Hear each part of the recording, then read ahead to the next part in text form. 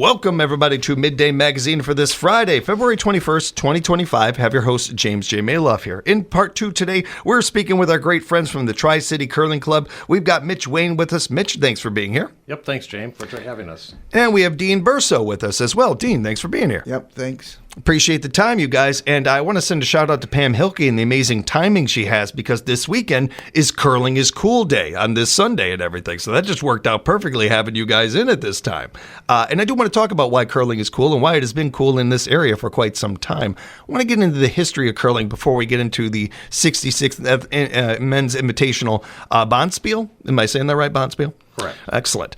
Before we get into that, let's talk a little bit about the history. And there is a long history of curling in this area, Mitch. Yeah, so our club originally started in 1956 in a club in Port Edwards. And that's kind of where the name, the Tri-City Curling Club, instead of just like a Wisconsin Rapids Curling Club.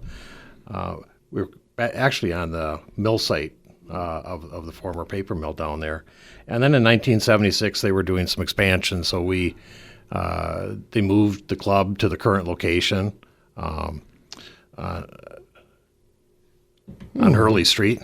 Okay. Right. And it's also, if you're driving by, you'll see a sign that says historical marker. And there's a dam right there. So that's been our current location. We've curled there since 1976. What's interesting is our rocks or stones that we use. We bought them used when we started curling in 1956. So those are the original stones. Wow. Oh, that is cool. That is interesting. Huh. When it comes to the area being supportive of curling, this is something that it was kind of a grassroots thing. It was something that people really saw, hey, we like this, we want to do this, and that's a lot of where this started. Yeah, and Wisconsin's got the largest contingency of curlers in the United States. And this area all have curling clubs: Stevens Point, Marshfield, Wapaka, Wausau, Medford.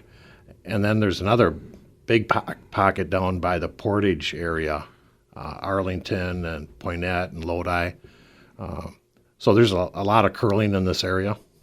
When it comes to that, and there's no wrong answer here. It's more of an opinion thing. I'd like to ask both of you. Why do you think that is? Why do you think curling is popular? Has still been so popular? There seems to be a real consistency with the sport. Where other sports, they come and go or they fade or whatever. Curling seems to have quite a consistency. And I say this as the son of a hockey player and growing up around that.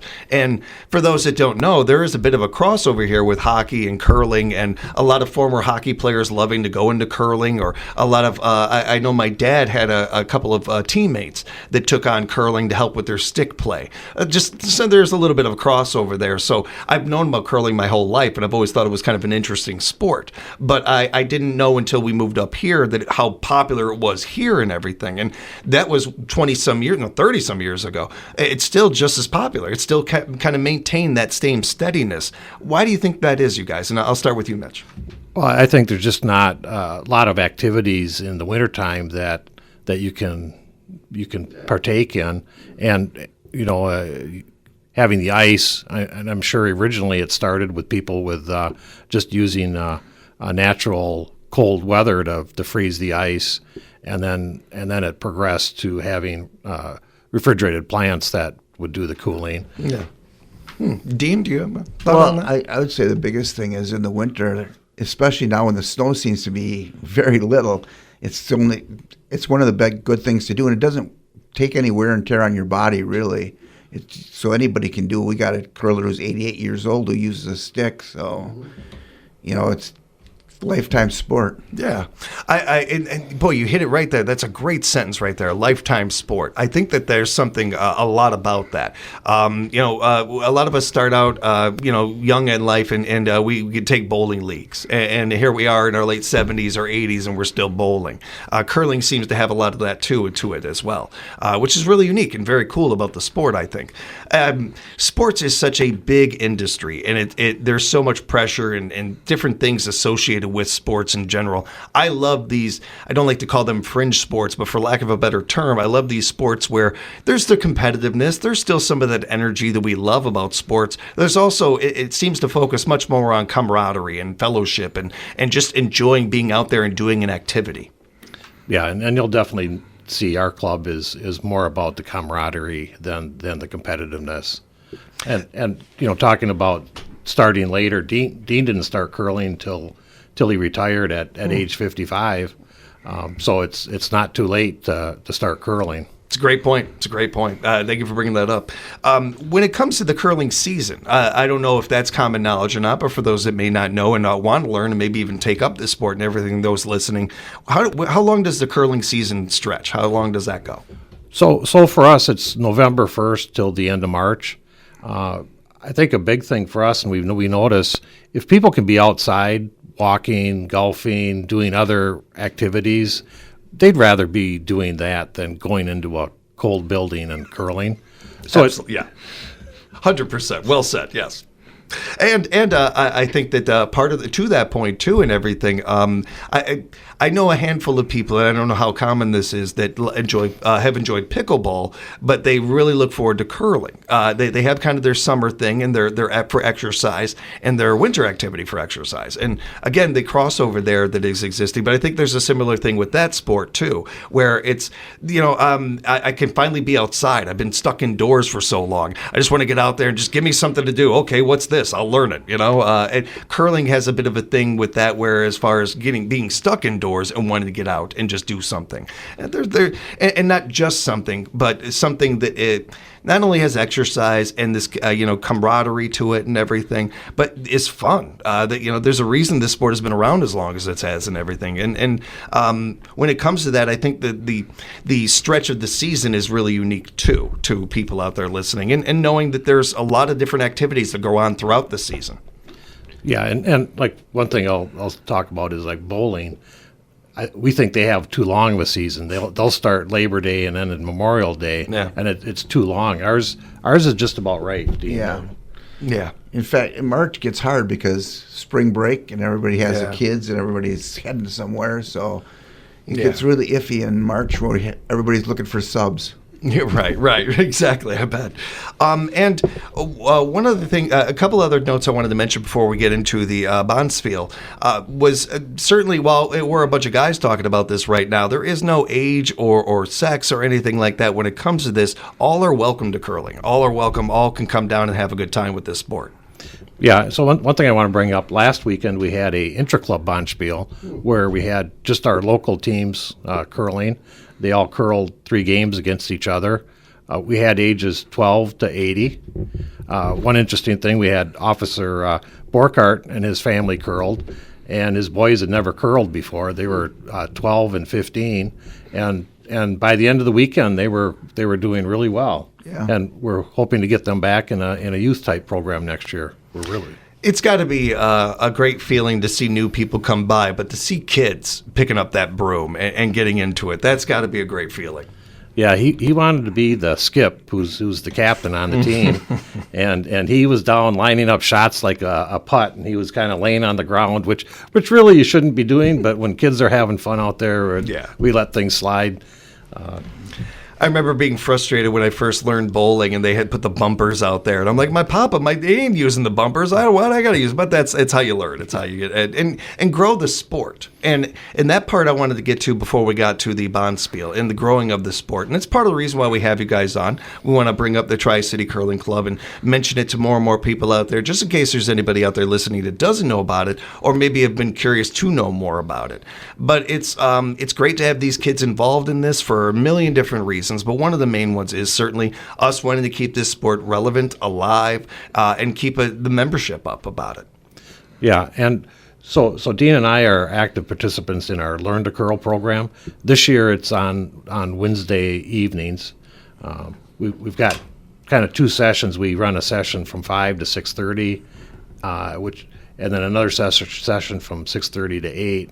The 5 o'clock is more the people that have younger kids. Mm-hmm. So we've got a grandpa and an uncle and 4 kids that come very regularly, and then we've got another family that also comes, and then we've got 15 to 16 people that curl in the second session. All new curlers. They've been curling now on Wednesday nights all year, and they're all getting good enough. We'll be able to get them into the leagues next year. Mitch, I apologize. I do my homework for these interviews. I didn't know about this program. If I had, I probably would have signed me and my dad up. My dad and I have actually been talking about this. But I was going to mention this off air to you guys, but my father had just got hip surgery a couple of years ago, and he's probably about a year removed from it. He's starting to feel a little bit better. Former hockey player, wants to get on ice, knows he can't get on skates. Curling. I mean, there you go. It's sitting right there for you and everything. So we got really excited about it, but he wasn't sure necessarily where to start. There we go. There's a great program right here in town for something like that. That's really cool, Mitch. Are there ways people can find out more about it, sign up for it, etc.? Yeah. So we're kind of winding our season down. We've got another three weeks left in that. So next year, what we'll do is we'll have some information on our website for next year. What we do is 3 weeks in December, mainly training sessions and practice delivery, practice sweeping, start to learn the rules, and then we turn them loose the rest of the year and then let them play against each other and keep developing their skills so that when they get to the leagues the following year, they feel comfortable and not overwhelmed. I'll tell you guys right now, you're going to have a couple of Italians coming down there, and you're going to learn Italian swear words from my father. he's gonna have but he'll learn it. He'll learn it. He'll enjoy it. He'll have a lot of fun. That's great. Thank you so much for letting us know about that, Mitch. And that website Mitch is referencing, tricitycurling.org. That is tri-citycurling.org. I'll mention that again before we wrap up and how people can find out more about Tri-City Curling. Let's get into this, the 66th Annual Men's Invitational Bonspiel going on February 28th to March 2nd. Before we dive too much into the event, 66th Annual, that is awesome. That is amazing. Yeah, and I was trying to do the math to make sure that was the right number, and the only time we missed was the COVID year when we had shut down for 1 year. But otherwise, we've held it every year. What does the event entail for those that haven't heard of it before or maybe haven't been able to attend before? Yeah, so we have 16 teams coming from around the state. We've got 5 teams coming from Green Bay, and we've got Portage, Lodi, Arlington. We've got a home team playing. So it's kind of spread around the state. We'll start on Friday morning at 11 a.m., and we'll go till 10 p.m. Friday night. And then Saturday and Sunday, we're starting at 8 a.m., and games will go to around 4 o'clock.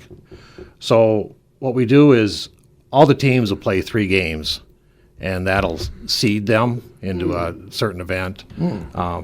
The third game, if you win, you get to play a 4th game in the finals. So half the teams play a 4th game on Sunday. Very cool. So the finals will actually be on 2 o'clock on Sunday. That'll be the 4 best teams will be playing at the end.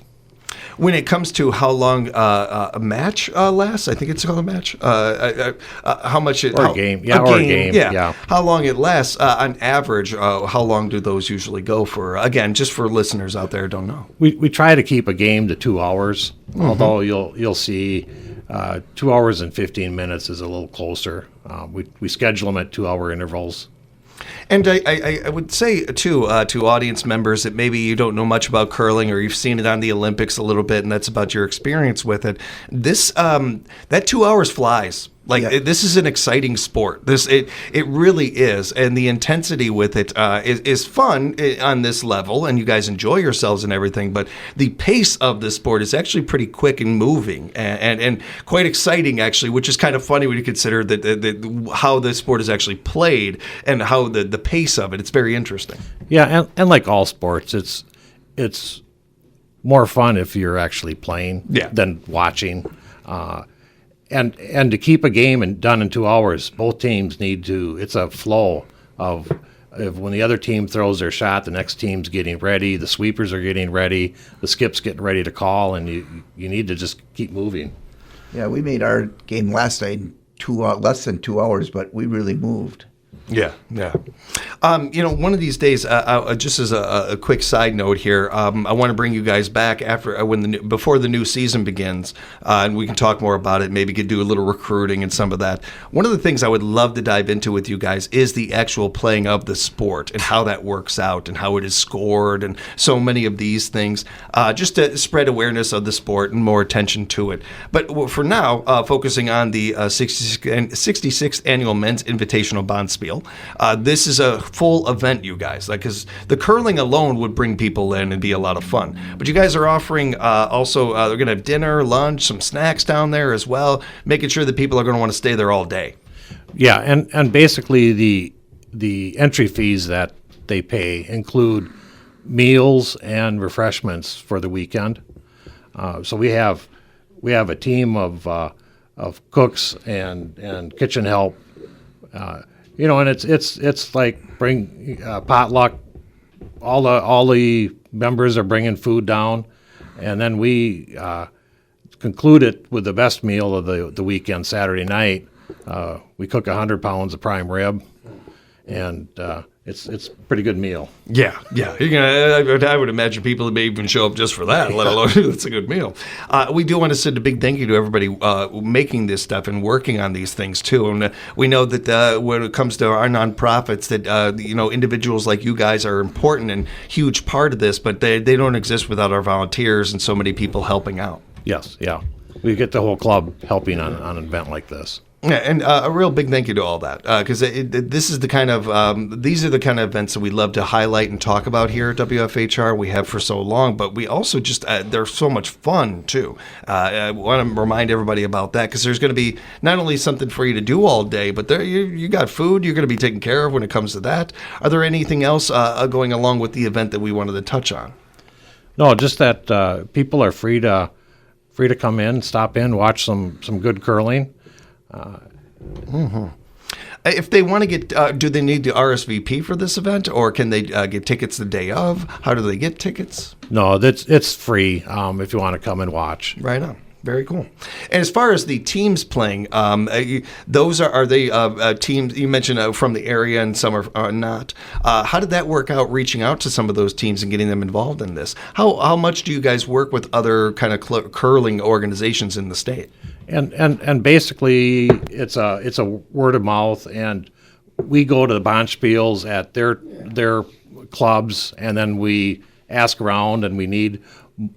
Most of the people are returning people who have come and had fun. Some of these teams will have curled 20, 30 years down at our club. Like a lot of the Green Bay teams, they have one member that used to live in Wisconsin Rapids. And so they now live in Green Bay, and then they grab 3 friends and, hey, we're going back to my club, my original club. And a lot of that, how we get people, yeah.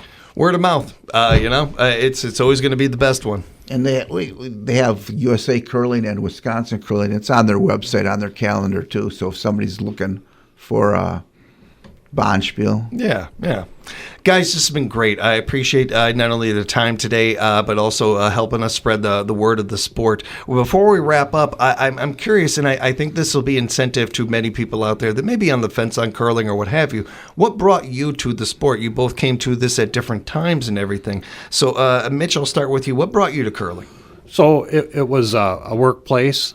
My boss curled, and so did another coworker, and they just said, "You're coming down to the curling club." It was not much of a choice. Your boss tells you that's a good way to do it. Yeah, and actually, I might have to take. But that's a good idea. Actually, that's great. Thank you for that. I appreciate it. And Dean, how did you? Because as Mitch was saying, you came into this a little later. Yeah, I always played volleyball in the winter, co-ed and men's, and it was kind of dying. Plus, I was getting old; the ankles were giving out, and I decided, well, I have to do something in the winter. So I thought, I'm gonna curl. I'll try curling because I knew Mitch curled. I knew other curlers, so I'm going to give it a shot. And lo and behold, I curled. Well, my wife was from Canada, so she curled when she was little, but she hadn't curled for like 30 years. Right on, yeah. Has she come down at all? Has she Yeah, checked she it? curls. Oh, cool. Oh, She's going that's to be awesome. the bonspiel moderator. This is Nice. So shout out to her. That's awesome. And thank you for that, sharing that, you guys, because I guarantee there are listeners out there that have similar stories or similar interest there and could really enjoy themselves and have a fun time with this. And I can't think of a better way. If you have been curious about curling, what a great way to find out. What a great first event coming to this one right here, the 66th Men's Invitational Bonspiel, taking place February 28th through March 2nd. It'll be right over at 131 Hurley Street right here in Wisconsin Rapids.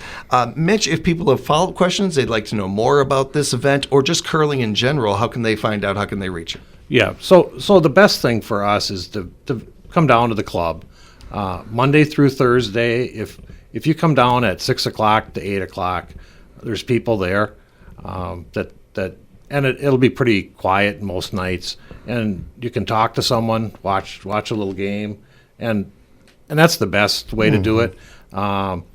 If not, we do have the Curling Club website, Tri-City Curling Club website. We've got an email. You can send me an email. And then also the phone number is, we have a message, and Dean and his wife monitor the messages. So if you call the club, because most of the time people aren't there. Yeah. During the day until 6 o'clock, the phone's not going to get answered. That email that you mentioned there, tricitycurlingclub at gmail.com. That's tricitycurlingclub at gmail.com. The website is tri-citycurling.org. You throw this into your search engine, you're going to find it, though. I tested it this morning, and I just threw in there Tri-City Curling, popped up right away. Should be able to find out more information. You can keep up to date on this, and be sure to follow them on social media as well. It's a great way to keep up to date on things and share their posts on your page. You just never know who might see it otherwise. Great conversation today, guys. Thank you very much for the time. Wish you the best with the event. We'll be sending people your way. Thank you very much, James, for having us. Thanks, guys. And a big thank you to Pam Hilke and the amazing scheduling she does week in and week out. We appreciate you, Pam. Appreciate all of our guests throughout the week. Be listening next week for more Midday Magazine right here at 97.5 FM, 1320 AM, WFHR. We are locally grown radio.